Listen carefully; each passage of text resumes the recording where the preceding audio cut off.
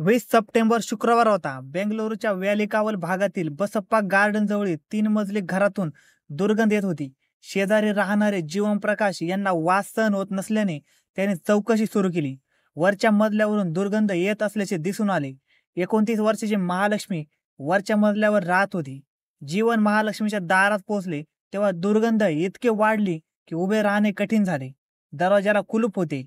जीवनने लगेच महालक्ष्मीचा भाऊ हुक्कमसिंह आणि बहिणीला फोन केला.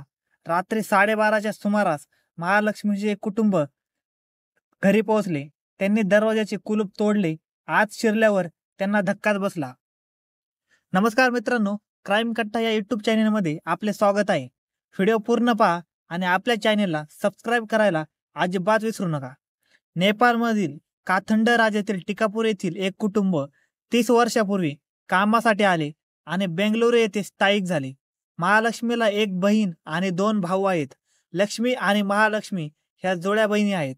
लक्ष्मीचा विवाह एका मुस्लिम पुरुषाशी झाला आहे.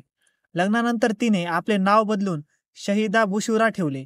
महालक्ष्मीचा विवाह नेलमंगला येथे राहणाऱ्या हेमंत दास याच्याशी झाला होता. हेमंत मोबाईल ॲक्सेसरीच्या दुकानात काम करतो. महालक्ष्मी एका मॉलमध्ये काम करायची.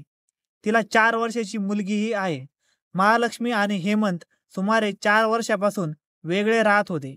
मात्र दोघांचा अद्याप घटस्फोट झालेला नाही. मुलगी हेमंत सोबतच राहत होती. महालक्ष्मी ऑक्टोबर 2023 पासून बसप्पा गार्डन जवळील 5व्या क्रॉस पाईपलाईन रोडवरील व्यालिकवल येथे भाड्याच्या घरात एकटीच राहत होती. महालक्ष्मीची मोठी बहीण लक्ष्मी तिनेही मुस्लिम विवाह केलेला आहे. 20 सप्टेंबर रोजी संध्याकाळी 7 वाजता महालक्ष्मीच्या आईला मोठी मुलगी लक्ष्मीचा फोन येतो. तिने सांगितले की महालक्ष्मीच्या शेजाऱ्यांचा फोन आला होता. त्यांना काळजी वाटू लागल्यामुळे ते लगेच तिला भेटायला निघाले आणि रात्री 12:30च्या सुमारास महालक्ष्मीच्या घरी पोहोचले. घराबाहेरूनच वास येत होता. ते कुलूप तोडून घरात प्रवेश करतात तर पाहतात तर काय, खोलीत रक्त पसरले होते आणि किडे जमिनीवर रेंगाळत होते. घरातील सर्व सामान विखुरलेले होते. महालक्ष्मीच्या आईने आधी फ्रीज उघडला. फ्रीज उघडला असता आत महालक्ष्मीचे कापलेले डोके, पाय आणि मृतदेहाचे एकूण 60हून अधिक तुकडे होते. महालक्ष्मीची आई घाबरली आणि मागे सरकली. महालक्ष्मीच्या भावाने आधी पोलिसांना आणि नंतर महालक्ष्मीचे पती हेमंत यांना फोन करून हा सर्व प्रकार सांगितला. महिलेच्या डोक्याचे 3 तुकडे करण्यात आले होते. पायाचे अनेक तुकडे केले होते. महिलेचे आतडे, डोक्यावरील केस आणि इतर लहान भाग रेफ्रिजरेटरमध्ये प्लॅस्टिकच्या पिशवीत ठेवले होते. मृतदेहाचे तुकडे 19 दिवस फ्रीजमध्ये ठेवण्यात आले. बेडरूममध्ये सापडलेल्या ट्रॉली सुटकेसचा उपयोग मृतदेह ठेवण्यासाठी आणि त्याची विल्हेवाट लावण्यासाठी केला होता. मृतदेह बाहेर काढता आला नाही म्हणून तो कापून फ्रीजमध्ये लपवला. मृतदेह घराबाहेर नेऊन त्याची विल्हेवाट लावण्यात धोका असल्याचा पोलिसांना संशय आहे.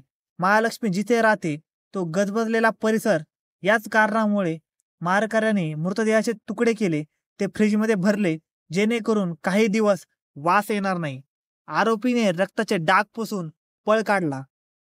महालक्ष्मीचे पती हेमंत दास यांनी एका स्थानिक मीडिया चॅनलशी बोलताना आरोप केला की महालक्ष्मीचे अशरफ नावाच्या व्यक्तीसोबत प्रेमसंबंध होते.